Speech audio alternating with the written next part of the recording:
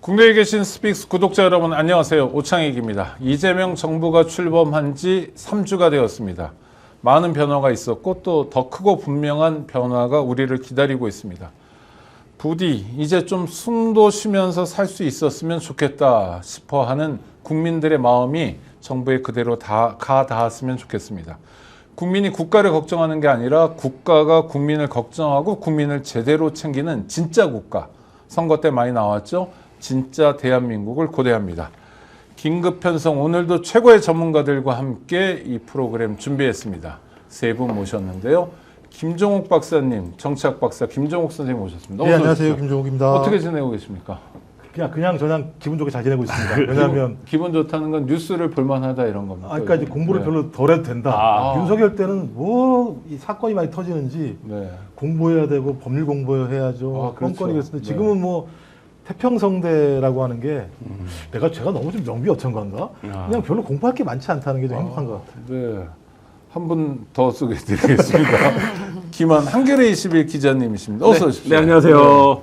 얼굴이 좋으세요? 아닙니다. 네, 경무에 시달리고 있습니다. 아, 그렇습니까? 매주, 매주 마감하고 있습니다. 좋은 회사가 아니군요. 아닙니다. 뭐 언론사가 정권 바뀌고 특검이 3개나 떴는데 바빠야죠. 네. 그렇군요. 네, 수고 많으십니다. 민생 경제를 책임지는 분입니다. 임세은 민생경제연구소장님, 어서 오십시오. 네, 안녕하세요. 네, 어떻게 지내세요? 네, 저요? 죄송합니다. 소개하세요. 예, 저희 뭐 고발 계속 하고 있고요. 아이고. 네, 오늘은 최훈민 씨라고 누굽니까? 최훈민 기자라고 하시는 분인데 그분에 대해서 오늘 고발을 하고 왔습니다. 자칭 기자입니까? 아니면 뭐, 실제로 기자이시기도 하세요. 어디서 네. 일하시는? 옛날에는 조선일보 계열에 있는 기자셨고 지금 매일신문인가 하는 그분. 대구에요. 매일신문. 네. 예전에 천주교에서 하다가 뭐 네. 토건세력에 넘겼다는 아주 유명한 그렇군요. 네, 그분 대구 매일신문. 예, 그분이 좀 진짜 우익. 네. 여러 가지로 문제성 되는 발언과 기사들이 있어서 저희가 일단 고발을 그렇군요. 했습니다. 그 고발하시는 것도 힘들지 않으세요? 근데 약간 이게 고발인 조사도 해야 되잖아요. 네, 받으러 가고 또 저희도 고발 받은 것들이 좀 많아요. 네, 고발인 조사로 받으러 가기도 하고 실제로 제가 피고발인으로 가기도 하고. 아니 근데 드나드는 시간에다가 또 조사를 경찰관들이 빨리빨리 해주면 좋은데 어떤 분은 이게 타자도 늦어가지고 2시간에 끝날 거 5시간 하고 이러면 좀 힘들 텐데요. 근데 요즘에는 이게 정권이 이게 계엄 사태 전후가 좀 나눠지는 것 같아요. 그래요? 조사가 굉장히 또 원활해졌고 저 사정에도 많이 맞춰주시기도 하고요. 그 전에는 제가 예비 후보 시절에 딱 바쁠 때 딱 알고 그때만 받으러 오라 그럴 때도 있었습니다. 윤석열 정권 때는. 네. 근데 지금은 많이 정권 달라졌어요. 교체 효과를 좀 보시는 거예요. 약간 혜택 받고 있습니다. 고발 조사 받을 때. 김한 기자님도 뭐 고소고발 만만치 않게 당하시기도 하시고 그러죠. 기사 쓰다 보면. 네, 어저께는 이제 명태균과 동업해서 민간인으로는 유일하게 창원 산단 예정지에 30억 원어치 땅을 사놨던 사람이 우리 기사가 10가지에서 허위다 해갖고 경찰 조사를 받고 왔죠. 그 사람이 고소를 한 거예요? 네, 고소를 했죠. 근데 땅을 산 건 사실이에요? 그럼요. 그러면 의심이 펄펄 나는 거 아닙니까? 그러니까 이제 본인 어쨌든 이제 명태균 게이트에서 유일하게 지금 창원 산단에서 명태균 씨가 맨날 하는 말이 내가 땅을 샀냐, 내가 땅을 산 게 아니지 않냐 네네. 이 얘기를 하는데 거기가 땅을 산 사람이에요. 명태균의 소개로. 네. 근데 명태균의 이제 밀양국 연구소 짐을 마지막에 맡아줬던 사람이기도 하고. 근데 이제 본인은 명태균과 이제 동업자가 아니다, 동반자가 아니다. 네. 뭐 이런 취지로 이제 제기를 동업자, 했는데. 동반자가 아니면 동지입니까? 뭡니까? 근데 뭐 아시다시피 이제 명태균 씨가 신용불량자라서 네. 이게 민사적으로 뭐를 같이 도모하거나 이러기가 굉장히 어려운 조건이잖아요. 그러니까 밀양국 연구소도 바지 사장이 있고. 예를 들면 그 사람도 부동산 개발업체를 차려줬던 건데 산단 예정지에 뭐 이런 과정이었는데 이제 어쨌든 뭐라 그럴까요? 손절이라고 해야 될까? 나는 명태균과 관련이 없이 내 개인 사업 때문에 이 땅을 산 거다 이렇게 지금 이제 주장하고 있어서 어제 조사 받고 왔습니다. 하여튼 명태균 씨가 굉장히 발넓은 사람 같아요. 뭐 안 끼는 데가 없고 김건희 특검에도 또 끼고 그러더라고요. 하여튼 좋습니다. 야, 어제부터 제가 청문회를 좀 보는데요. 이거 김민석 총리 후보자 청문회 맞나요? 주진우 청문회 아니에요? 전 그래서 이제 이거 군대를 제가 갔다 왔는데 저도 갔다 왔습니다. 아니 그 부동시도 놀라운데 급성 감염으로 군대 안 간 것도 놀랍지 않나요? 그러니까 제 생각에도 주진우 스스로가 주진우 발등을 찍는 청문회를 하고 있는 건데 감염이라는 게 급성이면 빨리 치료를 받잖아요. 근데 치료를 받으면 대부분 낫거든요. 맞습니다. 심각한 만약 그것이 만약 만성으로 가게 되면 상당히 문제가 많아지게 되고 뭐 매번 필요한 거잖아요. 만성 간염이라고 하는 거 매우 주의해야 되고 검사 같은 경무를 하기 되게 어려운 병일 텐데 만성으로 가지 않았다고 하니까 그냥 급성으로 끝난 거잖아요. 그랬으면 저 같은 경우도 과거에 군대 갈 때 제가 뭐였더라 갑자기 병명이 생각이 안 나는데 폐결핵. 네. 근데 폐결핵인데 저보고 폐결핵은 원래 안 가는 거지만 약 먹으면 괜찮아. 근데 또 다시 와 6개월 후에 다시 군대 갔거든요. 재검을 받아서 다시 군대 갔거든요. 실제로 그러니까 저는 그런 병 중에 하나인 건데. 그러니까 김 박사님은 아버님이 그 공안 검사거나 하진 않으셨네요, 그렇죠? 하필이면 검사가 아니셔가지고. 그러니까 네. 이렇게 그러니까 부동시나 이런 거 보면 아버님이 권력을 가지고 있으면 어떤 근거를 만들어서 군대를 안 갈 수도 있었던 것 아니야라고 저희가 쉽게 추정해 볼 수 있는 일들이 벌어진 건데 하필이면 윤석열과 그다음에 주진우는 내용은 다릅니다만 부동신데 당구 잘 치고 농구도 잘합니다. 네. 그렇죠? 그다음에 잘 살고 술도 잘 마시고 네. 부동씨가 술 잘못 마시면 흔들흔들거려서 넘어지. 근데 그렇지도 않은 것 같고 급성 간염으로 군대를 안 갔다는데 지금 가장 청문회에서 활발하게 질문을 하는 걸 보면서 저 사람들은 부끄러움이 없는 사람들이구나. 게다가 생각이 들었어요. 주진우 의원은 뭐라고 그러냐면 아직까지 투병 중이래요. 그러니까 제가 너무 근데 신기한 급성 게요. 감염이 그렇게 어려운 병입니까? 그러니까 40년 가까이 35년? 만성 간염이었어요. 만성이겠지. 아니 급성을 그러니까 본인이 그렇다고 그러잖아. 급성이라고 돈도 꽤 있던데 집에. 예, 그러니까 그 급성 간염이 사실 저희 남편도 작년에 급성 간염이 갑자기 발발해서 수치가 6천까지 올라간 적이 있어요. 그래서 일주일 입원했거든요. 네네. 일주일 입원하고 나서 수치 내려가서 이제 퇴원을 했는데 그리고 급성이면- 일상생활을 하시는데 지장은 없으시고. 그럼요. 잠시 그러니까 치료가 된 거죠. 치료가 잡은 됐죠. 거죠. 네, 치료가 됐죠. 보통 그렇게 가죠, 간염은. 예, 그러니까 간에 갑작스럽게 염증이 생겨서 짧은 시간 내에 증상이 발현되는 게 급성 간염이잖아요. 네. 근데 주진우 의원이 어제 본인이 이야기한 게 자기가 고등학교 때부터 질병이 있어서 지금까지도 약물치료 치료를 받고 있는데 본인의 어떤 질병에 대해서 프라이버시인데 이걸 왜 침해하냐라고 굉장히 화를 냈어요. 근데 프라이버시고 질병이라서 저희가 이야기를 하는 게 아니라 그게 너무 부당하게 군대가 면제된 거 아니냐에 대한 문제 지적을 한 거잖아요. 공인이니까. 어쨌든 공직자니까 그런 거에 대한 문제 제기를 할 수 있는 거죠. 게다가 어제는 김민서 후보자의 군 문제를 국민의힘에서 먼저 제기를 했습니다. 근데 당연히 학생운동해서 3년 동안 감옥에 갇혀서 못 간 거잖아요, 군대를. 원래 수용생활 1년 6개월이면 못 가요. 못 예, 가니까. 예. 가고 싶어도 못 가요. 그러면서 이재명 대통령 군대 안 간 것도 이야기하셨는데 이재명 대통령 누구나 거의 알잖아요. 거기 산업재해고 네. 산업재해로 장애인이 되셔가지고 군대 못 간 걸 문제 제기하니까 그러면은 니들을 한번 군대 문제에 대해 이야기를 해보자라고 박선원 의원이 얘기하신 거예요. 근데 네. 문제는요, 박선원 의원이 급성 간염으로 못 가신 분 이야기할 때는 주어가 없었습니다. 급성 간염으로 군대 안 간 사람도 있다라고 그러니까 갑자기 급발진을 하시더니 본인이 자기 고백을 한 거 아니에요? 갑자기 제 질병 갖고 이야기를 하는데 급성 간염으로 내가 고등학교 때부터 뭐 질병을 알았고 뭐 하는데 표를 해보셨는데 박선원 의원은 주진우 의원이랑 얘기한 적이 없어요. 그것 때문에 사실 전 국민이 다 알게 된 거 아닙니까? 그런데 실제로 인사청문회에 참여했던 뭐 김현 의원이라던가 그런 분들도 모르셨더라고요. 그러니까 아셨잖아요. 저희 몰랐는데요? 이렇게 나온 거 아닙니까? 그러니까 본인이 자기 고백한 거예요. 왜? 찔리니까 얘기한 거 아니겠습니까? 급성 간염 군대 안 가고. 김 기자님. 네. 주진우 의원이 부자잖아요. 지금 네. 신고한 공개 재산만 70억이 넘고 2005년생 아들이 7억이 넘고 네. 아버지는 아직도 왕성하게 부산에서 변호사 활동을 네. 하고 경제 활동을 하고 계시고 네. 아버지한테 물려받을 것도 많을 것 같은데 야 30년 넘게 급성 간염 하나 못 다스린다? 어떻게 봐야 근데 됩니까? 이게 이거? 주진우 의원이 보니까 95년도에 병역 신체 검사를 받았더라고요. 네네. 제가 한 5년 뒤에 신체 검사를 받았는데 그러니까 아마 비슷한 30년이네요. 기준, 비슷한 네. 기준일 텐데 제 기억에 7급을 받으면 이제 이게 현증이 보통 7급 판정을 내리거든요.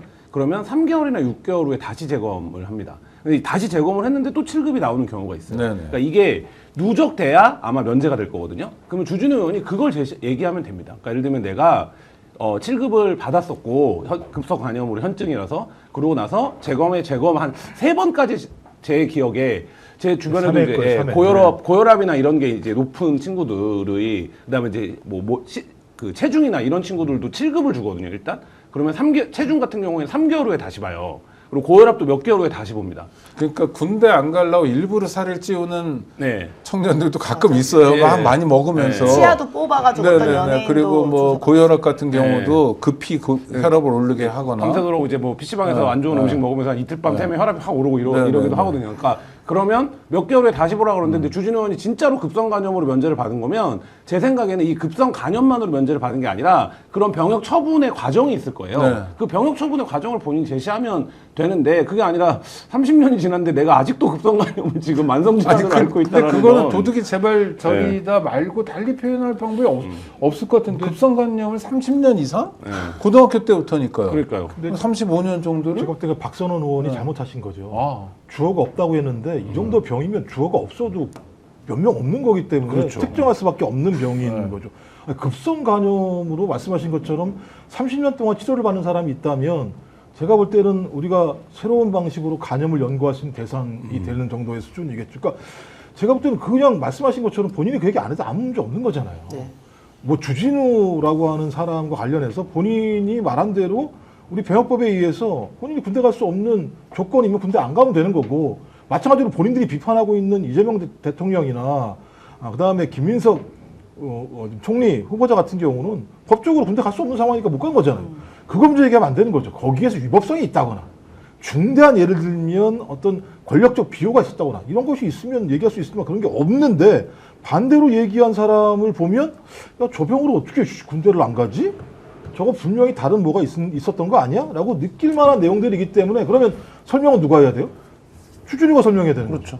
왜 다른 사람이 설명을 해요? 아니, 주진우가 설명해야 우리 되는 구독자 중에 김숙희 님이 지금 댓글을 달아주셨는데 급성 감염 환자셨대요. 경험자로 보면 여기 걸리면 앉아있기도 힘들대요. 그런데 병원 가서 치료하면 금방 나아요. 급성 감염 치료 후 30년 끄떡없이 살고 있네요. 그래서 주진우 말에 헛웃음만 나오는. 정말 저는 되게 재밌는 게 이 집단들은 이 내란숙의 일당과 그 관련자 분들은요 본인들이 질병 있는 게 오히려 그 본인들 능력이 됩니다.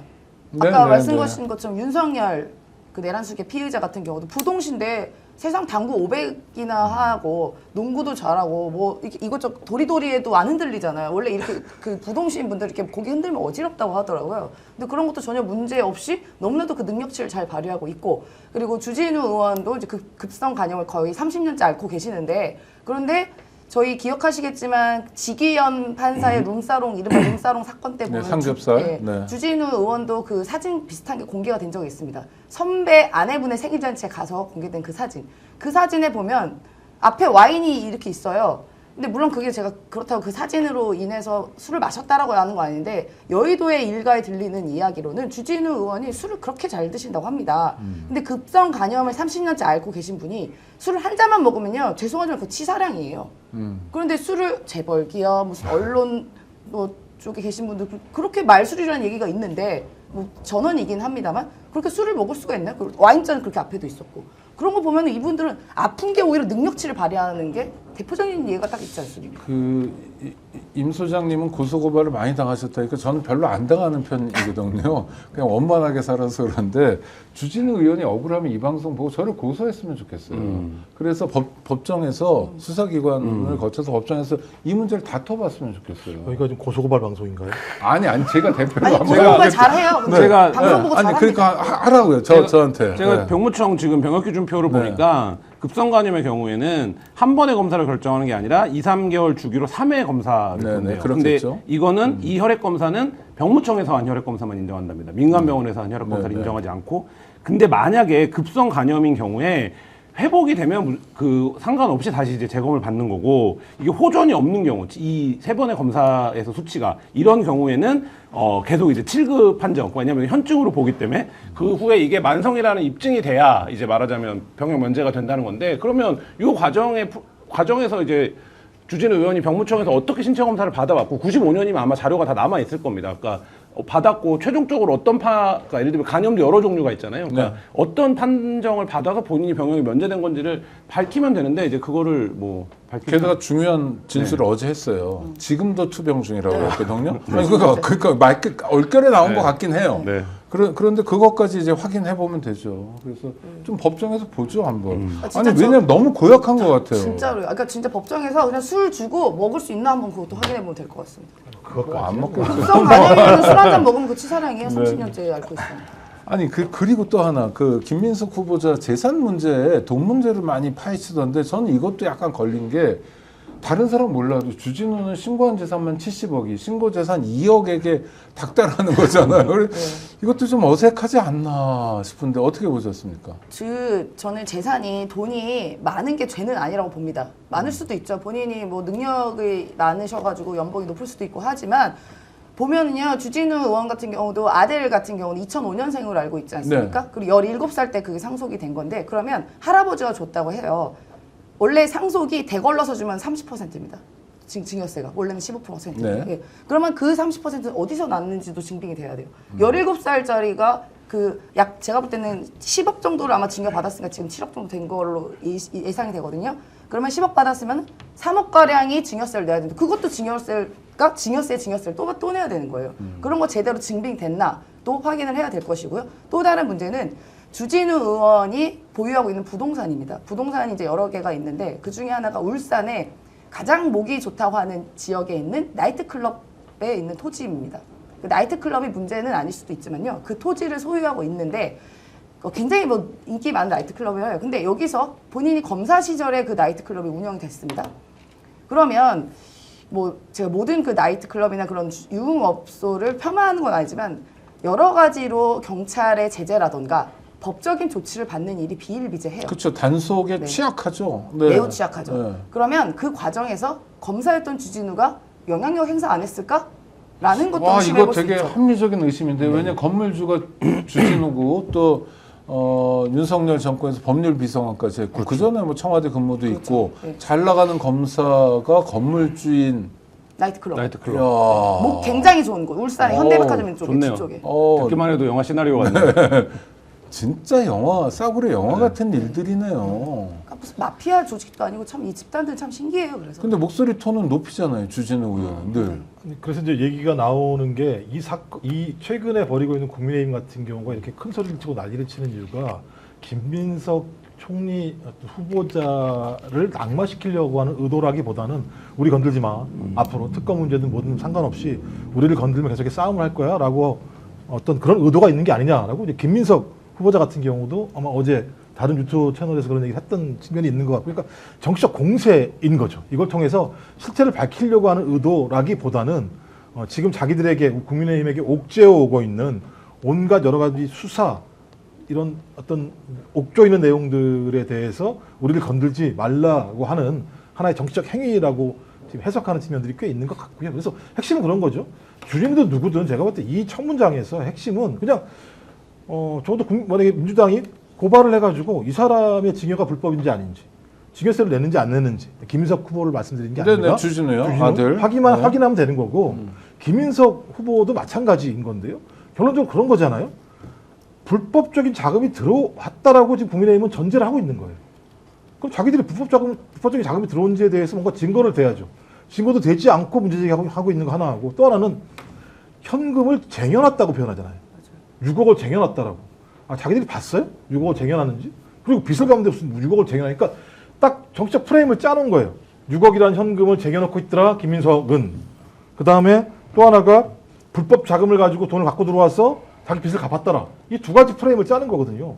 근데 아니라는 게 다 밝혀지었잖아요. 어제만 하더라도. 돈 들어오는 족족 빚 갚느라고 힘들어 죽겠는데 그걸로 무슨 축제를 했습니까? 뭘 했습니까? 전 그러니까 어제 청문회, 오늘도 마찬가지로 아마 진행될 거라는 생각이 듭니다만 기괴한 청문회다. 왜 이렇게까지 몰고 갈까라고 하는 의도는 김윤석 후보의 낙마라기보다는 국민의힘을 지키기 위한 정치적인 선동을 하고 있다라고밖에 보이지 않는 거죠. 저도 지금 저 지적에 맞다고 보는 게 물론 김민석 후보가 해명해야 되는 소명해야 되는 대목들이 있습니다. 국민의힘에서 말하는 것처럼 그 부분에 대해서 자료 입증이 덜 된다라는 주장도 할 수 있어요. 인사검증이 그런 거니까요. 근데 이제 저는 그런 측면이 아니라 그 부분은 뭐 다퉈지고 이제 후회라도 쟁점이 될 텐데 그 부분이 아니라 이게 약간 특수부 수사들이 그림 그려서 접근하는 방식의 접근이 이루어진 거예요. 그러니까 뭐냐면 처음에 제일 쟁점은 뭐였냐면 1억 4천이었어요. 1,000만 원씩 11명한테 받은 게 불법 정치자금 받은 게 아니냐. 그걸 막 공격을 이거는 무조건 불법이지라는 프레임으로 주진우 검사처럼 특수부 검사처럼 공격을 하다가 하루 이틀 지나서는 아들 스펙 문제로 넘어갔습니다. 아들 스펙 이것도 문제가 있네 해서 일종의 넘어갔어요. 여제 네. 추궁이네요. 그렇죠. 그래서 별건 수사. 계속 별건을 네. 찾은 건데, 근데 막상 그 기간 동안 이미 이제 이 의혹들이 과거 같으면 기정사실화 됐겠죠. 검사가 그렇게 제기를 하면 주진우가 검사였고 만약에 뭐 야당 정치인이었다라고 하면 아니 다른 사람의 진술을 1,000만 원 빌려준 사람의 진술을 만들어냈겠죠. 네. 너는 대가성 아니야. 너 이렇게 건물도 잘 못하고 뭐 사업도 잘 못하는데 이런 식으로 진술 얼마든지 만들어내잖아요. 그리고 나서 청문회 어제부터 오늘까지 얘기는 뭐냐면 6억 정도가 소명이 안 된다. 네. 이걸로 넘어왔어요. 근데 어제 김민석 후보가 얘기한 거에서 일정 정도 뭐 예를 들면 모든 집이 사정이 다르기 때문에 집의 가계 흐름이 왜 이 정상적이지 않네? 정상적이네? 이렇게 얘기할 수는 없는 거잖아요. 어떤 집의 가계 흐름은 다 독특한 거니까, 다 개별적인 거니까.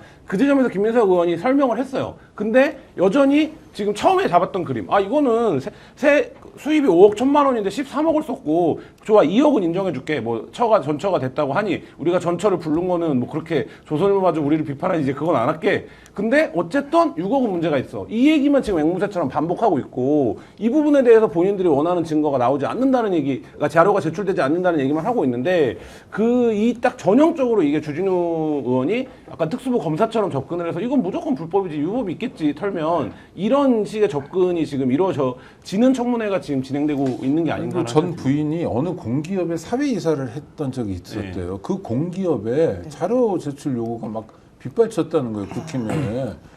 아니, 그래서 그러니까 제가 그 공기업을 하시는 분한테 얘기를 듣는데 너무 아무리 정치여도 이거 금도가 있어야지 이럴 수 있냐 이런 얘기를 들었거든요. 예, 맞습니다. 그러니까 이게 청문회가 이런 식으로 신상 털기 그냥 과거까지 이렇게 소환해야 될 일이 아니죠. 이거 너무 수준이 떨어지는 거잖아요. 실제로 총리가 어떤 생각 갖고 있고 지금의 정부와 어떻게 결을 맞춰서 정책적 비전이 무엇인지 이런 거를 더 접근해야지. 지금 옛날에 부인 얘기하면 뭐합니까? 그러니까 너무 수준 낮게 같이 대응할 수밖에 없는 거예요. 거기가 너무 짜치게 나오니까. 예를 들면 그럼 이렇게 얘기 나오는 거죠. 또 야 그러면 김건희 전 남편도 소환하자 얘기 나오는 거 아닙니까? 이런 얘기 하면 안 되지만 본인들이 그렇게 나오면요. 그 전 부인도 지금 어쨌든 다른 가정이 있으시든 뭐든 다른 사람이잖아요. 이제 남이 된 사람이잖아요. 그럼요. 그분의 일상과 프라이버시를 오히려 그분을 존중해 줘야지. 왜 그분까지 소환합니까? 정치가 아무리 좀 매섭다고는 하긴 하지만요. 저는 그 본질에 떨어진 것들이고 이거는 하면 할수록 김민석 후보자에게 유리한 걸 좀 만들어줬다고 봐요.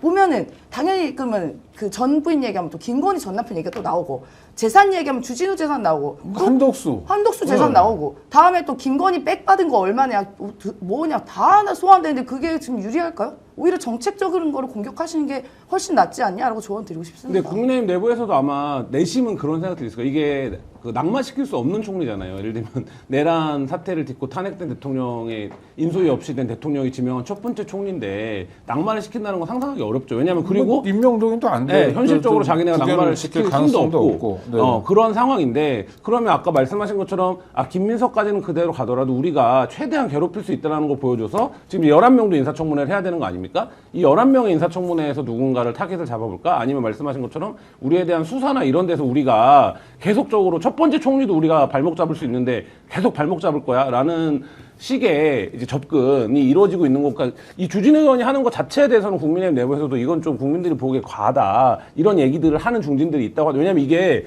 제가 인사청문회 전에 어디 방송에서 얘기했는데 금액이 크지 않기 때문에 예를 들어서 김민석 후보자가 제가 처가에서 한 3억 빌렸습니다. 근데 뭐 그거 가족끼리의 관계라 뭐 그거를 따로 그거 하진 않았습니다. 라고 해버리면 사실 전체에 맞춰야 되는 금액이 5, 6억인데 3억을 내 빌려왔다 처가에. 근데 어제도 이제 그런 비슷한 자금 차용이 있었다는 얘기 한 거 아닙니까? 그럼 사실 이게 별로 할 얘기가 없는 얘기거든요. 근데 그 부분을 알면서도 주진우 의원이 굉장히 좀 무리하게 드라이브를 걸어갔던 건 거듭 말씀드리지만 특수부시자 검사 시절의 버릇이다 이런 생각이 듭니다. 아니 근데 못된 버릇인 것 같고요. 그 버릇이 어디까지 가냐면 학생운동 경력까지 가요. 그 김민석 국무총리 후보자가 처음 국회의원 된 거 저 지금도 기억나는데 1996년이었습니다. 대표적인 학생운동가여서 이제 김대중 당시 그 국민회의였나요? 영희 케이스였죠. 아주 화려한 정계 입문이었어요. 그런데 그게 지금 민주화 한참 되고 난 다음에 지금에 와서 김민석 후보자의 발목을 잡으려는 빌미가 된다는 게 놀라고, 또 하나 놀라운 건 미문화원 점거 사건을 얘기하더라고요. 미문화원이라는 게 을지로 입구에 있었는데 그 주범이 함은경이라고 지금 마포 갑인가요? 어딘가요? 뭐 어딘지 의리- 모르겠어요. 저 의리- 정청래 정청래 의원 지었고 지역구죠. 예. 의리네요. 거기다 현수막 많이 붙여놓더라고요. 그게 이게 뭐 어떻게 하자는 건가 도대체. 아니 일단 기본적으로 말씀하신 것처럼 국민의힘은 뭐 원래 그랬으니까 그렇다고 생각할 수는 있긴 합니다만 국민들에게 선택을 4번이나 받은 사람이잖아요. 그렇죠. 지역에서 4.3 의원이니까, 이걸 뭐 모르겠겠으면 다 알고 한 것이고, 또 하나는 아니 예를 들면 민주화운동이라고 하는 부분들은 국가가 다 인정한 거잖아요.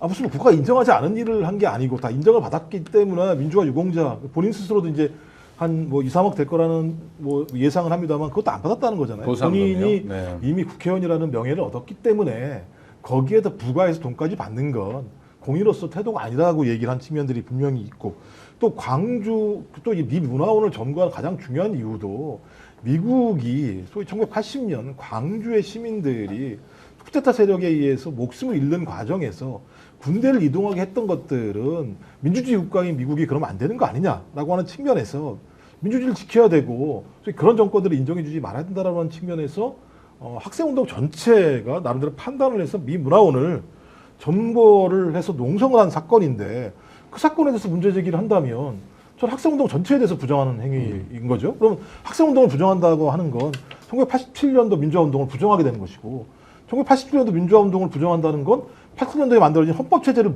부정한다는 행태밖에 안 되는 상황이기 때문에 저자들은 참 내가 볼 때 너무 무례하다. 그리고 민주화운동이라고 하는 전체적인 우리의 성과, 그러니까 국민의 성과들에 대해서 존중하지 않는 자들이다. 그럼 저 사람들은 뭘까? 결론적으로 반헌정 세력인 거예요. 따지고 보면 저런 행위를 하고 있는, 저런 발언을 하고 있는 것들은 스스로 부끄러워하고 반성도 할 줄 알아야 되고, 또 그다음에 제가 한 3, 4년 전이라면 졌다고 얘기하는 건 뭐 이해는 하겠습니다만, 자기들이 내란을 일으킨 대통령을 뽑아가지고 대선에 출마시킨 정당이 졌다고 얘기를 한다는 걸 보면서 저자들은 진짜 내란 후회라고 하는 것을 스스로 청문회에서 자임하고 있는 거 아닌가라는 생각이 들어서. 아니 게다가 직전 대선에 어땠냐면 김문수 후보가 민주화운동을 했잖아요. 그건 사실이거든요. 그 부분에 대해서 굉장히 자랑스럽게 홍보했고요. 그다음 지금 김민석 그 후보자와 비슷한 면 있잖아요. 민주화운동 보상심의위원회 통과하고 보상, 그러니까 구금 일수로 받는 거거든요. 이자 쳐가지고. 그러니까 오래 갇혀 있는 사람 액수가 좀 돼요. 이걸 거부했다는 걸 굉장히 거룩하게 홍보했는데 왜 같은 잣대가 아니죠? 그러니까 애초에 김민석 후보자를 망신 주고 초대에 이제 이재명 정부의 총리를 이렇게 어깃장 놀려는 시도입니다. 애초부터. 그러니까 뭐 내용은 다 읽혀져요. 그렇게 하려고 딱 각을 딱 세운 다음에 프레임 딱 잡고 김민석 나쁜 사람 총리 우리가 절대로 쉽게 보내주지 않을까 이런 의도가 읽혔다고 봐요. 그러니까 여기는 내란 수계 피해자 윤석열을 배출한 당답지 않습니까? 이 조기 대선이 어떻게 치러진 거예요? 본인들이 불법 비상계엄하고 심지어 전쟁까지 일으키려 했던 그 자를 배출한 정당이 반성은커녕 지금 출범한 정부에 대해서 재 뿌리기, 흙 뿌리기, 오물 뿌리기를 애초에 작정한 겁니다. 그래서 지금 이 공당이라서 어쨌든 세금을 지원받잖아요. 이 국민의힘이라는 공당이. 그렇죠. 아직까지는 공당이라서. 그렇게 작정하고 마음먹은 게 지금 길거리 현수막 보십시오. 국민의힘의 이름으로 건 현수막. 죄다 김민석 총리 뭐 6억 쟁여놨냐 뭐 이런 식으로 현수막 걸어놨습니다. 그거 다 국가에서 지원받아서 건 거 아니겠어요? 그 말도 안 되는 프레임을 처음부터 딱 작정하고 망신 주고 이재명 정부 반드시 실패해야겠다라는 그 굳은 결심을 하고 총리 그 후보자 인선 청문회를 하고 있기 때문에 무엇을 해도 뭐 다 발목 잡기밖에 안 됩니다. 저는 오늘 되게 충격받았던 게 뭐냐면요. 5.18 민주화 운동에 대해서 광주 사태로 또 이야기를 합니다. 누가요? 청문회에서. 제가 그분 이름은 까먹었는데. 바로 자기가 또 입을 닫으. 그러면서 잘못했습니다라고 뭐라고 이야기하냐면 광주 사태라고 이야기를 하니까 그 민주화 운동을 왜 그렇게 얘기하냐니까 그래요 광주 민주화 운동 됐죠? 이렇게 반응을 해요. 미친 자들 아닙니까? 국민의힘의 국회의원이요. 그래서 김민석 후보자가 굉장히 불쾌하다고 얘기를 합니다. 이 숭고한 5.18 민주화 운동을 광주 사태 그래 민주화 운동이요 됐죠? 이런 식으로 반응을 하는. 아니 저는 광주 사태라고 말할 수 있다고 봐요. 왜 그러냐면 연식이 오래된 사람들은 하도 광주 사태라고 불렀었어요. 입말로 붙어 있을 수는 있죠. 그래서 그냥 줄여서 광사라고도 했고 김민석 후보자도 학생 시절에는 광주 사태라고도 많이 불렀어요. 그러다가 자기 이름을 찾자 그래가지고 우리가 항쟁, 뭐 민중항쟁, 저 광주 학살 여러 가지 이름을 얘기하다가 지금 국가의 공식 명칭은 광주 민주화 운동이 됐죠. 그렇죠. 그러니까 저는 광주 사태란 말이 얼결에 나올 수 있어요. 김 기자 말씀한 입에 붙어서. 네. 그런데 문제는 됐죠? 됐죠? 라고 이런 얘기하는 식으로 건 폄하하는 거고 조롱하는 거 아니겠습니까? 우리 PD님 그 친구 이름 좀 찾아주세요. 배준영이라고 하네요. 배준영. 배준영. 배준영 의정부. 정말 심각하네요, 수준이 정말 그러니까 사람들이. 내란숙에 배출한 정당다운 수준입니다. 배준영. 근데 정말. 이게 재밌는 게 한 2주 전쯤에 하문경 씨가 네. 김민석이 국무총리 후보 지명되고 나서 최보식 씨가 하는 인터넷 매체에 기고를 했어요. 최보식이라고 무슨 조선일보 네. 왔다 갔다 하던 사람 뭐냐면 옛날에. 네. 사실 이제 와서 이제 뭐 386 세력의 역사적 평가 뭐 이런 얘기를 하면서 이제 와서 말할 수 있는데 미문화원 사건은 내가 한 거지 김민석이랑은 상관이 없다. 그럼요, 맞아요. 네, 당시 검사가 김민석이랑 얘기 나눴습니까 안 나눴습니까라고 물었는데 내가 얘기 나눈 바 없다라고 했더니 검사가 의장이랑 얘기를 안 했다는 게 말이 되냐? 그러니까 이거 의장도 알고 있는 걸로 가자라고 해서 갔고 뭐 해서 쭉 이제 그 당시에 어쨌든 김민석은 그 사건과는 관련이 없고 뭐 잘 읽어보면 그 사건은 내가 한 겁니다 뭐 이런 건데 근데 어쨌든 이 사건의 주동자라고 말하는 사람이 당시에 이 사건에 연루자들이 조작됐다. 그때 학생운동권들을 검사가 엮어 넣었다. 뭐 이런 이제 얘기를 하는 거를 한 2주 전쯤에 글을 쓴 거를 봤었었는데 근데 이제 어쨌든 말씀하신 것처럼 그런 뭐 사실 여부에 대한 평가 이런 뭐 그리고 그 행위의 당시 사회적 의미 뭐 이런 거랑 상관없이 너 반미야 민주당이 권력 잡으면 반미주의자가 총리되네 이 프레임을 거는 거예요 자꾸. 근데 왜 진짜 반미를 공천을 줘요 하문경? 그렇죠. 아직까지도 자랑스러워하고 부산 미문화원 방화 사건은 부미방 뭐 이래가지고 부산도 그렇고 서울도 그렇고 미문화원 사건이 그때는 방화도 안 했어요. 점거했는데 어마어마한 사건이었거든요. 그래서 창틀에 매달려서 하문경이 나와가지고 뭐 이러고 걸어 나오고 뭐 신문에 일면에 나오고 어마어마한 사건이었는데 사실 하문경 씨가 그거 가지고 여태까지 먹고 사는 것이기도 물론 횟집도 했지만 근데 그거 너무 웃기잖아요. 하나의 잣대도 아니고 직전 총리는 재산이 87억인데 재산 2억 가지고 닥달하고. 그 직전 총리 그분은요 본인이 개인 사적 카드를 써본 적이 없고요. 그리고 그 두 부부가 다닌 호텔 휘트니스 회원권만 김민석 후보 재산보다 많습니다. 야 배준영이라는 사람이 의정부가 아니라 인천 강화옹진이네요. 좋은 지역구에 있네요. 좋은 지역구가 아니라 접경 지역인데 여기 자꾸 국힘 뽑아주면 안 되는데 진짜. 근데 이제 그쪽은 전통적으로 제가 지금까지 알기로 민주당이 된 적이 없는 지역인 정도로 이제 보수화되어 있는 건데, 그러니까 그곳에 사시는 분들 같은 경우는 주적을 이제 북한으로 생각하시는 성향 자체, 습속을 계속 오랫동안 가지고 계시는 거여서 뭐 그것까지 저희가 뭐라고 그러니까 예를 들면 저는 밤이라고 얘기할 수도 있고 그분들이 예를 들면 북한이 주적이고 네. 솔직히 북한 빨갱이 싫어라고 말씀할 수 있다 생각이 들어요. 그게 자유로운 사회에서 구가할 수 있는 자기들의 사상과 표현의 자유라고 생각이 드는 건데 그런 발언을 했다고 그를 사상범처럼 몰아세우는 사회가 마녀사냥을 하는 사회인 거죠. 북한이 그런 사회인 거잖아요. 근데 그렇게 북한을 비판하면서 북한과 유사한 방식으로 자기들의 태도와 자세를 갖고 있다고 하는 건 근데 말 앞뒤가 안 맞는 부분이라는 생각이 들고요. 또 아니 그 계속 밤이라고 얘기하는데 아니 김민석 후보가 그 밤이라고 얘기한 사람이 미국에 사기를 2개나 맞습니까? 그러니까 앞뒤가 안 맞는 얘기 살짝만 얘기해도 알 수 있는 내용이고요. 지금도 마찬가지입니다만 민주당 같은 경우 계속 한미동맹이라고 하는 걸 가장 중요한 축으로 강조하고 있는 상황이지 않습니까? 근데 거기에서 그러니까 그걸 주장하는 이재명 대통령이 총리로 같이 손발을 맞춰서 일할 사람을 지명했는데 그 사람이 반미주의자라고 얘기하는 건 좀 말도 안 되는 저는 거예요. 차라리 김민석 후보를 아프게 하고 이게 그나마 생산성이 있으려면 당신이 20대 시절에 미국 중심의 세계 패권주의를 반대하는 걸로 그 학생운동을 했고 이력을 삼았는데 본인이 미국 유학 가고 미국 변호사 따고 아들도 미국 대학 보내고 이거는 사람이 바뀐 거냐 뭐 이런 식의 이제 말하자면 접근을 했으면 그리고 뭐 많잖아요. 예를 들어서 예전에 저 노무현 네. 대통령과 그렇죠. 저기 정몽준 갈라서고 그다음에 후보 단일화 뭐 이러면서 후단위업 활동하고 이러면서 사실 김민석 후보자가 정치적으로도 굉장히 어려운 처지였고 거의 낭인으로 살았는데 골려 먹는다면 그런 거로도 골려 먹을 수 있는데. 근데 그게 아니라 전혀 번질 네. 수가 없고 지금 아무 타격감도 없고 저희 그러니까요. 할머니가 옛날에 많이 쓰던 표현을 빌리자면 흰밥 먹고 지랄 용천하는 수준의 행위를 네. 저 할머니가 저한테 맨날 그랬거든요. 흰밥 먹으면 지랄 용천한다고 용천 하늘로 솟는다는 얘기인가요? 방방 뛰어다니는데 사실 이게 타격감이 없잖아요. 지금 2025년에 그러니까 자기만 그냥 이상한 사람이 돼버려. 이 사람 그러니까 주진우 청문회다 많은 사람들이 그러잖아요. 그러니까 바본가? 얻을 수 있는 게 있나요? 초선이라 그런 건가? 그러니까 뭐지? 제가 볼 때 윤석열도 그렇고, 그러니까 그 저희 특수통 검사들이 살아온 삶을 전혀 제가 볼 때는 극복해내지 못하는 것 같아요. 그러니까 주진우의 질의 방식도 마찬가지입니다만 거의 검사와 유사한 방식. 계속 반복적으로 묻고 물어서 조금이라도 빈틈이 나오면 그걸 공격을 해서 저자가 무엇인가 문제가 있는 거죠. 근데 문제는 검사는 수사하고 기소권이 있잖아요. 그리고 압수수색 강제 수사도 할 수 있잖아요. 국회의원은 그런 압수수색도 권한이 하고. 없는 네. 거거든요. 그러니까 사회적 토론을 하는 거예요. 여론을 위해서.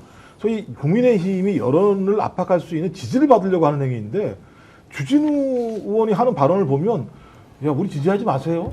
우리 이런 인간들이에요. 우리 정당은 참 개판이에요. 이걸 드러내는 그러니까 국민적 지지도 받지 못하는 상황이고 그렇다고 또 김민석 후보의 실제 가장 문제가 될 만한 상황들에 입증도 못하는 일이 벌어졌기 때문에 저는 제가 볼 때는 쓸데없는 게임을 했다. 웅변을 하는군요. 지난주 갤럽 여론조사에 따르면 저희 당이 21%나 나왔는데 10%도 어울리지 않는데 왜 그러세요? 말씀하세요. 근데 제가 이제 인사청문회나 할 때 보면 이게 지금 국민의힘 질문 수준이 이거밖에 안 되는 거는 준비가 안 돼 있는 거예요. 그 의지가 없었던 거예요, 애초에. 그러니까 예를 들면 이게 모든 후보가 자료를 자기한테 껄끄러운 자료를 안 주려고 하죠. 근데 만약에 의원들이 그리고 이제 당에서 야 이번 인사청문회는 반드시 꺾자라고 하면 보좌관들이 엄청 준비를 합니다. 그렇죠. 예, 근데 준비한 자료들 보면 사실 주진우 의원을 제외하고 나머지 분들은 김민석의 이름 정도를 아는 건가라는 생각이 들 정도로 아무런 질문에 준비가 안 돼 있고 실제로 뭐 아시겠지만 인사청문회나 무슨 청문회 할 때 보면 질문별 시나리오 빌드업을 해갖고 뭐 10가지 질문에서 2번 이렇게 대답하면 7번으로 가세요. 이런 시나리오까지 짜서 들어오거든요. 사실 이제 맘먹고 진짜 다부지게 붙어야겠다고 생각하면. 근데 지금 국민의힘 의원들이 하는 거 보면 아무도 그런 결기가 느껴지지 않는다. 그러니까 이거를 어쨌든 의무방어전으로 하긴 해야 되니까 그냥 이제 하나만한 질문, 쓸데없는 질문, 전혀 공부가 안 된 질문, 상대한테 아무런 타격감도 없는 질문을 하면서 말꼬리 잡으면서 시간만 보내고 있다. 그리고 그러면서 자기네 이를테면 국민적 지지랄까 이런 것만 하향시키는 거잖아요. 답답하게도 검사들이 어떤 사람들인지 알려주고 그래서 검찰 개혁은 정말 해야 돼요. 잊으셨어요? 새 정부 됐다고? 뭐 이렇게 일깨워주는 것 같기도 하고 참 독특한 사람들이라는 생각이 들어요. 근데 이제 김 빠질만도 했을 것 같아요. 네. 이종석 국정원장도 해보니까 뭐 아무것도 건질 만한 게 없는 상황이었잖아요. 근데 김민석 후보도 마찬가지입니다만 실제로 따지고 보면 지금 오늘 아침 얘기 들어보니까는 실제로 자기 통장은 마이너스라고 얘기를 하더라고요. 다 내고 나면 2억 얼마라고 그랬는데 실제로는 네네. 그러면 자기가 나쁜 짓을 국민의힘 말에 의해서 자기가 나쁜 짓을 하고 부정적인 돈을 유입을 해서 내 재산이 마이너스라고 얘기하면 전혀 앞뒤가 성립이 안 되는 싸움들을 한 거잖아요. 그러니까 진짜 쓸데없이 막 발등을 막 열심히 찍었는데 지발등 찍어서 지발등에서 지금 피가 나는 상황이 벌어진 거니까. 저는 앞으로도 마찬가지입니다만 뭐 앞으로 11명 정도가 더 있겠습니다만 저는 이 정도 상황이면 국민의힘 인사청문회 무용론 나올 수도 있겠다라는 생각이 들 정도예요. 그러니까 만 29년 동안 국회의원 시작한 게 29년 전이니까 30년 동안 정치를 했는데 통장에 마이너스를 하면 이상한 사람인 거죠. 건물이 몇 채도 아니고. 네. 그러니까 뭐 저는 이게 뭐 돈이 재산이 없다고 청렴하다 이런 거를 공식에 성립하는 건 아니지만 그만큼 부정 축제는 전혀 상관이 없다는 게 증빙이 된 거 아니겠습니까? 그러니까 이 국민의힘은 본인들과의 결이 다르니까 자기들도 황당하고 이상하니까 질문할 의지가 안 생겼다고 봐요. 본인들은 6억을 집에나 쌓아놓나 보죠, 현금을. 그러니까 김민석 후보자 같은 경우는 그걸 다 빚 갚은데 와가지고 그때 빚을 갚은 거 아닙니까? 그리고 그것도 6억이 한꺼번에 있는 것처럼 호도를 하는데 그게 아니라 이게 몇십 년 동안 축적된 거예요. 그 빚 갚는데 쓰는 거를. 뭐 축의금 들어오면 그것도 빚 갚고 뭐 예를 들어서 아버님도 돌아가셔가지고 또 빚 갚고 이렇게 한 건데 마치 6억을 현금을 무슨 금고에 쌓아놓은 것처럼 이야기했는데 그거는 본인들은 그러니까 그렇게 상상한 거 아니겠습니까? 그 본인들 내란숙의 일당들 본인들은 뭐 집에 선물 보관 창고도 있을 만큼 백도 많이 받고 목걸이도 많이 받고 뭐 그 외에 다른 것들도 많이 받고 이권도 받고 현금도 받고 그래서 쌓아놔서 그걸 똑같이 상상했는지 모르지만 그냥 그거 아니잖아요. 그러니까 애초에 이 지금 국민의힘의 내란, 그러니까 청문자들은 이미 김민석은 나쁜 사람이라고 딱 규정한 그 검사 특유의 논리를 똑같이 시전하고 있는 거다. 근데 실패죠. 왜냐? 나쁜 사람이 아니거든요. 그리고 저는 불편했던 게 그 김민석 후보자 엄마 이름을 제가 아직도 기억하고 있는데 김춘옥 여사예요. 예, 민가요 초대 네. 회장이셨고. 네, 초대 회장이고 저 여의도에서 1호 학원도 하시고 막 이런 게 막 기억나네요 지금. 왜냐하면 그 아들이 감옥 간 분들이 민주화실천 가족운동협의회 민가협을 만들었고 그게 40년이 막 됐는데 그 다음에 자식들이 이제 의문의 죽음을 당하거나 한 분들은 육아협이라고 민주화운동 과정에서 이분 부모님들이 어마어마했거든요. 정말 박종철 열사 아버지 박정기 선생, 그 다음에 이한일 열사 어머니 배은심 선생, 그 다음에 우리 김민석 지금 국무총리 후보자 어머니 김춘호, 그 다음에 임수경 엄마 김정은 막 이름이 막 기억나. 무슨 얘기냐면 길거리에서 너무 열심히 싸우고 너무 처절하게 싸운 거예요. 근데 엄마들이 다 그랬을 것 같아요. 우리 아들이, 우리 딸이 그렇게 잡혀가면 그것도 말도 안 되잖아요. 정말 이게 광주에서 이렇게 사람들 죽이면 어떡해요? 이렇게 독재하면 어떡해요? 몇 마디 했다고 그냥 생태 같은 자식들을 잡아가면. 그러니까 누구 엄마는 민가협 만들어가지고 김춘옥 여사가 지금 생존에 계시더라고요. 이렇게 열심히 투쟁하고, 그러니까 민주화를 위해서 모자가 고생하고 싸우고, 누구네 집은 부자가 검사해먹고, 누구네 집은 공안 검사해먹고. 누구네 와. 집은 모녀가 주가 조작하고요. 그러니까요. 참나. 이게 그러니까 저는 뭐 김민석 씨 개인에 대한 평가는 전 별로 하고 싶은 생각 없어요. 장점도 있고 단점도 있을 거고 뭐 그러겠죠. 잘하면 좋겠어요.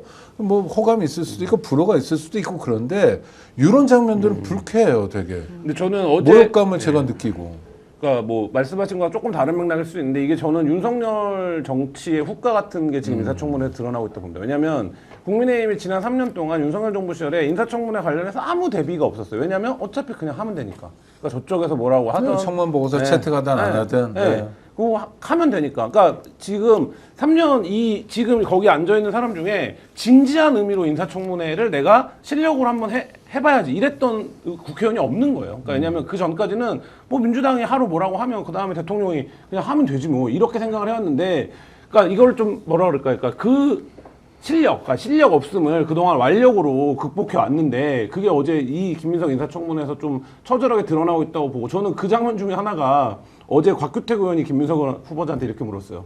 뭐 총리를 열심히 하기 위해서 마지막에 공직이라는 자세로 국회의원을 사퇴하실 생각이 없습니까? 이렇게 물었어요.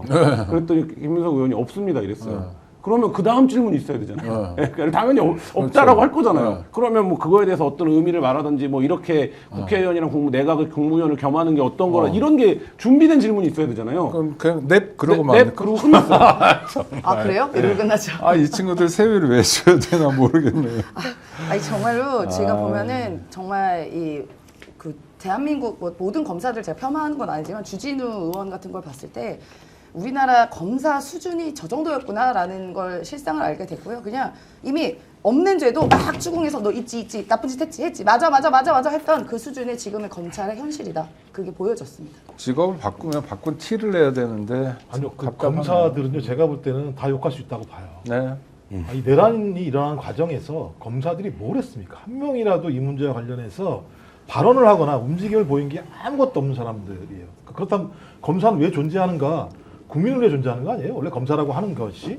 근데 제가 볼 때 권력을 위해 존재했다라고 하는 부분들을 스스로가 윤석열 3년 동안도 인정했습니다만 내란 이후에도 6개월 동안 본인들이 거기에 대해서 아무런 부정적 발언이나 부정적 행위를 한 적이 한 번도 없어요. 저는 그런 사람들을 다르다라고 우리가 굳이 분별해 줄 이유가 하등이 없다라는 생각이 들기 때문에 저는 검찰 조직은 진짜 사라져야 될 조직이다라고 하는 것을 저희가 명확히 확인하는 거예요. 그걸 마지막으로 지금 막스 찍고 있는 게 누구냐? 주진우예요. 저런 자가 국회의원 돼가지고 나와서 저런 질문을 하고 앉아 있으니까 저희 총리라고 하는 사람이 대통령 이외 대통령 다음으로 정부를 그다음에 그 행정부를 통화를 해야 되는 사람인데 대통령 근데 그런 사람의 인사청문을 이따구로 하게 만들어가는 방식 자체가 국정을 혼란하게 만들어내는 행위나 마찬가지거든요. 저는 검찰 조직 빨리 예를 들면 속도감 있게 빠른 시일 내에 재편하지 않으면 저는 저 조직 다시 또 저런 인간 만나면 윤석열 같은 인간 만나면 다시 또 그런 조직으로 돌아갈 수밖에 없는 조직이라고 생각합니다. 방송 취지에는 맞지 않는데 약간 신상 발언을 하고 싶어서는데 저는 이제 뭐 기업의 사회 이사 이런 것도 해봤는데 돈 안 주는 한겨레 같은 데였고요. 그런 거 하지 마셨어요. 아니 그리고 돈을 안 주나요? 아니 주긴 하는데 하여튼 얼마 안 돼요. 그 다음에 또 정부 무슨 위원회도 위원으로 하는데 하여튼 자문으로 참여하고 그러는데 뭐 요란한데 소문난데 먹을 거 있는 데는 아니고 저는 주로 관심 있는데 감옥이에요. 그래서 교정 관련 위원회를 김대중 노무현, 이명박, 박근혜, 문재인 정부 때 내내 위원을 했어요. 뭐 이름은 좀 바뀌어도 교정정책 자문위원회 같은 거. 근데 윤석열 때 못했어요. 왜 못했냐면 그 못하게 X친 친구가 권순정이라는 친구예요. 지금 수원 고검장인데 네. 그 사람이 법무부 기조실장을 했대요. 그래서 오창익은 좌파라 안 된다고. 근데 저는 황교안이 이 법무부 장관 할 때도 했거든요. 황교안 같은 애국자도 인정했는데 권순정이 안 하는 거예요. 그게 무슨 얘기냐면 교정이 좀 잘 안 되는 게 많잖아요. 예산도 없고 뭐 여러 가지로 불편한 것도 많고 그러니까 우리 같이 힘을 모아가지고 교정을 좀 선진화하자 뭐 이런 차원인데 이것도 안 통하는 친구들 있잖아요. 참 답답하다는 생각이 들고요. 아 참 우리 구독자 여러분 좋아요 구독 많이 해주시고요. 윤석열 출국 금지가 또 나왔네요. 네. 아직도 안 됐다는 게 신기합니다. 솔직히. 아 그렇군요. 예, 예, 네. 예. 지금 가장 중대 범죄 피의자 아닙니까? 네. 내란이라는 또 외환까지 저질렀다는 그 의혹도 있고요. 근데 아직도 출국 금지를 왜 안 했죠? 그러니까 저는 지금의 사법부도 개혁의 대상이라고 보는 게 바로 이 윤석열 하나만 봐도 알 수가 있습니다. 지금 탈옥된 상태로 지금 몇 달 동안 밖에서 보리밥 먹고 계산책 시키고 기자 밀쳐내고 이런 짓 하고 있는 거 아니겠어요? 그 자유롭게 미식 활동하면서 이게 말이 되는 얘기입니까? 가장 중대 범죄자예요. 예를 들면 뭐 그 어떤 범죄인이 있었어요. 되게 유명한 범죄자 있지 않습니까? 뭐 그분이 그러니까 그 만기가 끝나서 나와서 어디 동네 이사를 간다고 하면은 그 동네 주민들이 민원을 넣어요. 그 사람 오면 안 된다. 예를 들면 네네네. 성폭행범이 뭐 나왔다. 조아무개 뭐 그렇죠. 이런 뭐 있잖아요. 사람들. 그런 사람들. 그러면 그 동네에서 민원 넣고 우리 동네 못 오게 한다 하는데 그보다 훨씬 더 중대한 범죄자가 내란 수계 피의자 윤석열 아닙니까? 사건의 중대성, 도주의 우려, 그다음에 증거인멸 우려 다 있는 사람이 이렇게 돌아다니고 있는데 왜 서초동의 아크로비스타 주민들은 아무런 항의를 하지 않죠? 저는 그것도 이해가 안 되고 그리고 두 번째로는 이렇게 중대 범죄자를 왜 저렇게 자유롭게 활발하게 놔둡니까? 아니 지기현 죄송합니다. 자꾸 지기현이 나와서 심우정 검찰총장 비아폰으로도 통화도 했고 심지어 같은 아크로비스타에 살아요. 아니 무슨 밤에 몰래 올라가가지고 삼겹살에 소주 먹으면서 무슨 얘기할지 어찌합니까? 그 사람들 몰래 다니는 사람들 아닌 것 대놓고 같아요. 다니죠. 근데 윤석열 다니는 거 보면 아니 패션도 마음에 안 들고 제가 볼 때 이건 네. 권력형 탈옥이라는 생각이 드는 게 권력형 말씀하셨던 탈옥. 것처럼 주기현이 말도 안 되게 소위 일 단위를 시간 단위로 바꿔서 내보냈더니 심우정 검찰총장이 즉시항고를 하지 않았지 않습니까? 그러니까 지금 활개를 한 거고 그러고 난 다음에 그 이후에 파면이 되고 나서 갑자기 여러 가지 예를 들면 사실들이 나오면서 뭐 비화폰도 삭제하라고 지시했다라는 얘기가 나온다라고 얘기를 했으면 그 정도의 내용이 나왔으면 증거인멸 우려가 분명히 있기 때문에 재구속 사유가 명백한 거죠. 근데 지휘원도 안 하고 검찰도 안 하는 상황들이 벌어졌습니다. 그러고 나서 이제 정권이 바뀌어서 특검이 통과되니까 이제서야 예를 들면 출국금지라는 조치를 취하게 되는 거니까 윤석열 하나 잡으려면 뭘 해야 됩니까? 정권을 교체를 시켜가지고 특검까지 작동을 해야 돼요. 그러면 국민들이 대통령도 뽑아주고 국회 같은 경우도 과반 의석 이상을 갖다가 만들어줘야지만 윤석열 같은 저런 아주 내란, 외환 여러 가지 혐의가 있는 사람들을 그것도 구속수사입니다. 유무죄 판단도 아니고. 이게 나라입니까? 나라가 아니죠. 그럼 여기에 누가 공조했습니까? 소위 법원과 검찰, 그 다음에 또 따르면 경찰까지도 예를 들면 협조, 공모해서 이런 사태를 만들어낸 거거든요.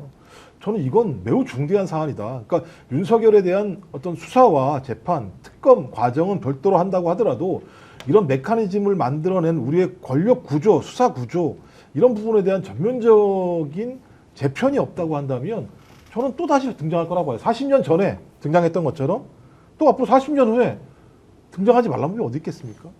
좀 매우 위태로운 상황이다. 아니 근데 윤석열을 구속시키냐 아니냐 이것도 되게 중요하죠. 체포영장 발부 그다음 구속영장도 중요한데 지금 내란 사건에 대한 수사가 사실상 거의 안 된 거 안 된 아닌가요? 거죠. 예.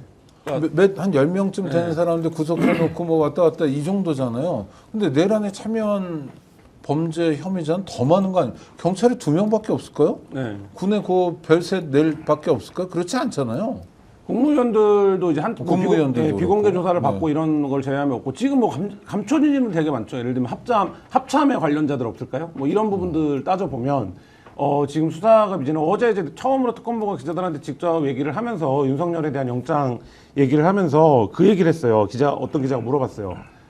조사실이 따로 마련이 되어 있나요? 라고 물어봤거든요. 그러니까 이제 특검보가 조사실이 따로 필요한가요? 이렇게 답변을 했어요. 그러면서 그 법불악이라는 얘기를 한 겁니다. 그러니까 무슨 얘기냐면 우리 뭐 전직 대통령이라고 뭐 예우해주고 이런 거 생각 전혀 안 하고 있는데 그냥 오는 대로 할 건데 이런 의미가 이제 포함되어 있는 건데 그 얘기는 이제 어쨌든 그러면서 내란을 어쨌든 핵심적으로 주동했던 윤석열에 대한 조사만 제대로 이루어지지 않고 있다. 그 핵심 주동자들 가운데라고 얘기를 했거든요. 윤석열 어쨌든 조사 계속 거부했던 거 아닙니까? 뭐 그래서 이제 윤석열 바로 영장을 청구해서 이제 신병을 확보하려고 하는 것 같고 그리고 말씀하신 대로 군 관계자들에 대한 수사, 경찰, 검찰 그리고 국무위원 이렇게 수사 가지들 여기가 지금 다 비어 있죠. 왜냐하면 이게 검찰이 안 했죠. 왜냐하면 이름이 드러난 사령관급 정도 인사들에 대한 수사만 하고 실제로 뭐 대령급들 어떻게 움직였는지 경찰도 지금 그럼 그 시간에 뭘 했는지 검사 2명은 왜 선관위를 가려고 했던 건지 뭐 이런 부분들 그 연락은 누가 한 건지 그럼 그때 국정원은 뭐 하고 있었는지 국정원 가만히 있었을까요? 12월 3일 날 이 대통령이 비상계엄을 일으키는데 국정원도 뭘 했을 거란 말이죠. 당연히 뭘 했어야 되는 조직인 거고. 근데 뭐 이 부분들에 대해서 지금 전반적으로 수사를 지금 펼쳐서 해나가야 되는 그런 상황입니다. 아니 그리고 추경호, 심우정, 뭐 박성재 등 4인 그 4인 회동이 아니라며 예, 2명 더 있었다며. 법무비서관이 거기에 참여했다는 얘기가 있는 거니까 그 저녁 뭐죠? 그 왜? 연말 막년회 송년회가 아니라 뭔가 실무적인 대응 모임 아니 일들을 그건 빠는 거짓말인데 뭐 송년모임 얼굴이나 보자고 했는데 그러니까. 법무비서관을 불렀는데 법무비서관은 왜 갔대요 그럼 그 모임에? 그러니까 제가 볼 때는 그 12월 4일 이후에 소위 제2차 계엄을 선포하려고 하는 준비 또는 본인의 내란죄를 갖다가 최대한 엎을 수 있는 방법이 뭘까? 그리고 또 그 이후에 벌어진 직위원을 비롯한 다양한 예를 들면 사법적 농단 이런 부분들에 대한 전체적인 조율 작업들을 이 사인이 했을 거라고 보는 게 타당한 거죠. 왜냐하면 다 법률 전문가들이 모여가지고 그걸 한 거고 또 그다음에 윤석열과 가장 최측근인 사람들이 모여서 했는데 거기에 용산에 있는 법무비서관이 앉아있으니 이것을 실무적으로 링크했다고 볼 수밖에 없는 측면들이 있는 거죠. 팀 윤석열 로펌인 거죠. 팀 윤석열 로펌 모임이라고 봐야 되고 법무비서관이 온 이유는 여기가 서무 변호사기 때문에 온 거죠. 우리가 이렇게 결정을 했으니까 방향을 실무자, 이렇게. 실무자. 네. 근데 법무비서관의 반응이 나왔네요. 사의를 표명하려고 했대요. 사의를 표명 밤에 안 가해. 공식적으로 관가에 들어가면 어떻게 들어가야 되는지 아십니까? 모종의 잔호까지만 안내를 해줍니다. 네. 그러니까 너 어디로 와? 뭐 현대미술관 주차장으로 네, 와? 네, 네, 아니면 경복궁역 주차장으로 와? 아 가보셨어요? 아니 그렇게 들어간다고 해요. 취재를 해보셨다. 해보면 네. 그러면 현대미술관에 가면 현대미술관에 사람이 나와 있습니다. 그렇죠. 그래서 거기서 대통령실 차를 타고 들어가는 네, 거예요. 네. 근데 법무비서관이 사표를 내러 가려면 내일 제출하세요. 대통령실 이렇게 말하지. 오케이 그러면 당신 어디 뭐 경복궁역 주차장으로 오세요. 뭐 어디로 오세요. 이렇게 얘기해 말이 안 되는 해명이죠. 아니 저도 청와대에서 사표를 내봤는데요. 그냥 온라인으로 제출하면 됩니다. 그럼요. 그렇죠. 예, 예. 그렇게 제출한 다음에 나중에 상사분들이나 비서실장님께 말씀드리면 돼요. 저 사직서 냈습니다. 이렇게 무슨 밤에 뭐 몰래 접견하는 그것도 것도 아니고 안가로. 안가로 그거 왜 갑니까? 말도 안 되는 거죠. 아니 그렇게 국민들이 바보예요? 변명을 하는 전 법무비서관의 태도는 뭐예요? 오만한 거죠? 국민 우습게 보는 국민 거는. 우습게 보는 그렇게 말하면 믿을 거라 생각합니까? 아니 내가 사표 내러 밤에 몰래 가요? 그게 말이 돼요? 무슨 밀수하는 것도 아니고 그 왜 그렇게 사표를 내는 거예요? 김주현이 엄청 싫어했겠죠. 나이 송년모임 하고 있는데 이 자식이 와가지고 사표를 내고 난리야. 진짜 즐거운 자리인데 이렇게 생각했을까? 말도 안 되는 얘기지 그 얘기는. 저 그리고 또 하나 기본적으로. 그 지금 또 최상목을 우리가 잊고 있지 않습니까? 최상목. 최상목은 네. 한덕수, 맞아요. 한덕수도 있지만 최상목이 이제 어떤 경제부총리로서 예산 같은 것도 쪽지로 이렇게 말아가지고 이렇게 겨우 이렇게 본 거 아니에요? 이렇게 봐가지고 그 최상목. 그런데 최상목이 그때 F4 회의 바로 개최했잖아요. 12.3 개엄 이후에 바로. 또 하나가 있습니다. 이게 제가 제보 받은 건데요. F4 회의하고 나서 경제 관련 차관들 다 모집해가지고 회의했다고 합니다.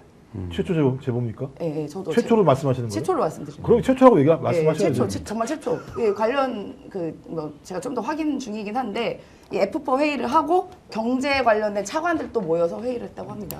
최상목도 굉장히 깊숙하게 내란에 관련되어 있다. 굉장히 능동적으로 네. 적극적으로 역할을 네. 한 정황들이 확인되고 확인된다. 있고요. 그래서 최상목도 반드시 출금 포함해서 여기도 구속 수사하고 증거인멸 그다음에 입맞추기 이것도 분명히 빨리 막아야 됩니다. 최상목들. 여당 원내대표 추경호도 굉장히 큰 일을 했잖아요. 그렇죠. 왔다 갔다 시켰으니까 거의 제가 볼 때는 똥개 훈련 시킨 것도 아니고 왔다 갔다 하는 거 관련해서 비화폰으로 전화 온 걸 본인이 개인 폰으로 받은 내용들은 확인이 된 거니까 그 내용에 의하면 뭐 그냥 예를 들면 내가 미안하다 설명을 미리 못했다라고 얘기를 하는 건데 그 정도의 전화가 왔으면 야 빨리 모여서 해제해야지라고 결정해야 되는 거 아니에요 상식적으로 그러면. 근데 해제 결정과 관련해서 국민의힘 대부분의 의원들은 열 몇 명 제외하고는 참석을 하지 않았기 때문에 저는 어떤 형태로든지 지시를 받았건 지시를 안 받았건 뭐 지시를 받았다면 되게 중대한 문제이겠죠. 지시를 안 받았고 그 내용만 인지하고서 만약에 회의에 불참했다고 하면 본인이 자발적으로 이 내란 행위에 대해서 동조했다고 볼 수 있는 측면들이 분명히 있기 때문에 저는 추경호에 대해서는 어쩔 수 없이 진행될 수밖에 없는 거다 이건. 이리 가건 저리 가건 상관없이 내란 행위를 방조하거나 아니면 그 내란이 진행될 수 있도록 도와주는 일을 했었기 때문에 이 문제는 당연히 조사가 돼야 되는데 하필이면 추경호가 원내대표라는 거죠. 그럼 제가 볼 때는 원내대표와 관련해서 추경호가 본인의 개인적인 판단인가도 고민을 해봐야겠죠. 그러니까 원내 지도부가 뭐 어떤 역할을 한 것 같은데 이를테면 지금 이재명 대통령 입장에서는 뭐 야당 지도자들도 잘 만나고 뭐 20일 동안 벌써 밥 2번 먹었다니까요. 그렇게 소위 국민 통합에 공을 쏟고 있는데 야당 중진인 직전 원내대표인 추경호 같은 사람을 수사 대상으로 삼으면 금 가는 거 아니냐. 이게 무슨 국민 통합이냐라는 반론이 있을 수도 있는데 아직 못 들어봤지만 네. 어떻게 생각하세요? 아니, 죄를 저질렀으면 미리 그걸 또 얘기하는 아니 미리 보나마나 맞다고요? 수사가 본격화되면 그 사람들 그 얘기를 할 거예요. 아니 당연히 정치보복이다 이런 얘기를. 그 네. 프레임 할 거라고 처음부터 예상이 됐고요. 그러니까 정치 보복과 실제로 그러니까 죄를 졌으면은 그 죄에 대한 합당한 대가를 치르는 것은 당연히 분리가 돼야 되는 겁니다. 그러니까 이게 내란이 계엄이 그냥 우리가 계엄하고 내란하고 이야기하니까 뭐 되게 아무렇지도 않은 것처럼 하지만 살인에 가까운 그리고 살인보다 위중한 사건입니다. 그러면 어떤 사람이 연쇄 살인을 했어요. 그럼 그 사람이 정치 보복이라고 죄 안 물을 거예요? 그럼 그 살인을 하는데 옆에서 도와줬어요. 칼을 쥐어줬다던가 망을 봐줬다던가 이런 얘기하면 그 사람 수사 안 할 거냐고요. 죄를 저질렀으니까 법치주의 국가인 대한민국에서 죄에 합당한 대가를 치르고 수사를 받아야 되는 것이 법치주의 국가, 민주주의 국가의 기본인 겁니다. 그게 아니면 차라리 본인들 좋아하는 북한으로 가세요. 아 좋아하나요? 그거? 본인들이 맨날 북한 가라고 하니까. 북한 네, 얘기를 네. 많이 하니까 네. 좋아하니까 얘기하는 것 같아요. 네, 국힘은 친북이다. 네. 네, 임세현 소장이 만든 프레임입니다. 어떻게 보세요? 저는 뭐 그거 공세를 당연히 할 텐데 할 얘기가 없으니까 할 텐데 뭐 그렇지 않을 것 같고 뭐 국민의힘도 근데 지금 이게 이재명 시대가 윤석열 시대와 다르다라는 거를 지도부는 이제 느끼기 시작했을 거예요. 왜냐하면 얘기하신 대로 해외 순방을 갔다 와서 바로 성과를 설명을 그 자리에서 김용태 비대위원장이랑 송원석 원내대표는 옛날 윤석열 정부 때 하던 버릇대로 한 거 아닙니까? 면전에다 대고 이상한 얘기하고 외교 성과를 보고하러 내가 딱히 보고해야 될 이유도 없는데 보고를 하러 온 건데 대통령이 뭐 이런 것들이 국민들이 보기에 누가 지금 정치력을 발휘하고 있는지가 드러나는 장면들이기 때문에 그런 공세를 한다고 해서 뭐 그게 효과를 발휘한다든지 정치적인 어떤 효능감을 준다든지 이러지 않을 거기 때문에 사실 이제 크게 의미는 없다. 다만 오히려 지금 저는 송미령 농림부 장관 임명처럼 저쪽에서 너희 뭐 이런 거잖아요. 너희 우리 다 내란 세력이라고 해갖고 우리 다 처단할 거지. 우리 다 청산하려고 하는 거지. 이 프레임을 준비하고 있는데 송미령이 거기 껴면서 약간 국민의힘이 지금 꼬인 거 아닙니까? 저기는 내랑 국무회의도 갔던 양반인데 왜 유임을 시킨 거지? 수가 높네. 이렇게 된 거잖아요. 진짜 정치하나 저 사람이? 이렇게 된 거잖아요. 그러니까 네. 사실 이제 뭐 이럴 정도로 지금 뭐 국민의힘이 사실 속수무책이에요. 아직 덜 망했고 더 망할 게 많이 남아 있습니다. 그렇기 때문에 아직 너무 빨리 절망할 필요가 없다. 아직 절망의 시간은 한참 더 많이 남았을 거다. 이런. 네, 시간이 지나서 마지막으로 정치 보복이냐 내란 수사냐. 아니 아까 우리 임세훈 소장님 말씀 분리해야 되는 게요. 분리. 생각을 해보시는 게 예를 들면 왜 국민들은 민주당에게 압도적 의석을 줬을까? 견제하라고 준 거였지 않습니까? 그리고 그 다음 이후에 왜 많은 국민들은 특검에 대해서 압도적 다수가 찬성을 하고 있을까? 실체를 밝히라는 거 아니겠습니까? 근데 그것이 대통령, 그러니까 전직 대통령이죠. 윤석열에 의해서 계속 막혔고 또 그것과 관련해서 국민의힘의 백석 그걸 통해서 계속 막았고 이제 상황이 변해서 국민이 원하는 특검을 발의했고 또 국민이 압도적으로 준 의석에 의해서 통과가 됐고 대통령은 국민의 뜻에 따라서 특검을 거부권 행사하지 않았고 그럼 특검이 그 권한을 가지고 수사를 통해서 위법적인 사항이 있으면 기소하고 재판해서 그냥 거기에 대해서 결정받으면 되는 거예요. 이런 행위를 하는 거에 대해서 야 이거 정치보복이냐라고 얘기하면 국민들한테 뭐라 그래야지. 국민들이 당신들 보고 당신들 말이 이게 정치보복이라고 하면 국민들이 정치보복 하라고 얘기한 거니까 그럼 그렇게 하는 거지. 대민주주의 사회에서 그렇게 하라고 하는 국민의 요구에 따라서 하는 게 문제라고 얘기한다면 당신들 그럼 말씀하신 딴 나라 가야죠. 이 나라에 있지 말아야 되는 거죠. 저는 이게 아주 단순한 논리고 명쾌한 논리라는 생각이 드는데 자기들이 생존하기 위해서 저는 저렇게 예를 들면 정치적인 선동을 하고 있다는 생각이 들기 때문에 그냥 저희가 굳이 거기에 반응할 이유는 별로 없을 것 같다 이런 생각이 알겠습니다. 들어요. 어떤 면에서 내란은 아직 끝나지 않았고 내란은 진행 중이고요. 범죄도 범행도 지금 진행 중인 것 같습니다. 대선이 끝났고 새로운 정부가 출범했는데도 스픽스는 여전히 역할을 해야 됩니다. 구독, 좋아요로 많이 성원해 주시고요. 지금부터 드릴 말씀에도 귀 기울여 주시기 바랍니다. 홍삼 가격에 산삼을 드립니다. 한번 드셔보시죠. 전설의 고려 산삼의 맥을 잇는 지리산 산양 산삼 추출액 순 100%입니다. 산삼 순백을 소개합니다. 옛 어르신들은 무더운 여름을 앞두고 산삼 한 뿌리씩 챙겨 드셨답니다. 이제 그 산삼을 간편하게 이렇게 한 병에 담은 산삼 순백이 있습니다. 여름은 우리의 몸의 에너지를 미리 채워야 할 때입니다. 기가 많이 빠져나가죠. 더우니까. 산삼 순백 한 박스에는 7년근 산양 산삼 30뿌리 분량의 사포닌이 꽉 들어 있고요. 다양한 사포닌 종류와 압도적 농도 또 흡수율을 높이는 컴파운드 K까지 강화해서 몸에 쏙쏙 에너지를 제대로 채워줍니다. 온라인 후기가 16,000건이 넘습니다. 거의 만점 평점을 자랑하고 있습니다. 변함없이 산삼 순백 1+1과 순백 10병을 추가로 그냥 덤으로 드립니다. 무더위에도 온 가족 기력 회복하시고 또 유지하기 위해 최고의 선택은 산삼 순백입니다. 검색창에 산삼 순백 검색하시거나 전화 문의는 1666-1666-1080, 1080입니다. 전해드린 말씀 하나 더 있습니다. 스픽스가 요새 스픽스몰 아주 활기차게 운영하고 있는데 올라오는 제품들이 아주 놀랍습니다. 정말 말 그대로 파격 특가입니다. 전국 최저가, 지금 딱 맛 좋은 대추 방울토마토를 500g짜리 한 팩이 아니라 두 팩에 7,500원을 줍니다. 그러니까 길거리 다니면서 보시면 이게 얼마나 싼 가격인지 아실 수 있고요. 게다가 제철에만 맛볼 수 있는 신비복숭아 2kg을 18,900원에 줍니다. 요거 두 개 합하면 한 세트에 28,500원. 배송비 무료입니다. 야, 스픽스 공동구매 또 하나의 신제품 만들어냈습니다. 품질 좋은 제철 과일로 건강도 업 시키시고 파격 특가로 생활에 도움도 업! 네, 발음 제대로 나왔나요? 힘들게 만든 스픽스에서 야심차게 만든 공동구매입니다. 서두르세요. 곧 품절됩니다. 김정욱 박사님, 임세현 소장님, 김원 기자님과 함께한 스픽스 긴급 편성 여기까지 하겠습니다. 구독자 여러분 늘 함께해 주셔서 감사하고요. 주변에 많이 공유도 해주시고 스픽스 노력하는 만큼 많이 성원해 주시기 바랍니다. 함께해 주셔서 감사합니다. 고맙습니다. 감사합니다. 오늘 방송 어떠셨습니까? 마음에 들었다면 구독, 좋아요로 스픽스를 응원해 주십시오. 여러분들의 구독, 좋아요는 가장 큰 힘이 됩니다. 스픽스 구독, 좋아요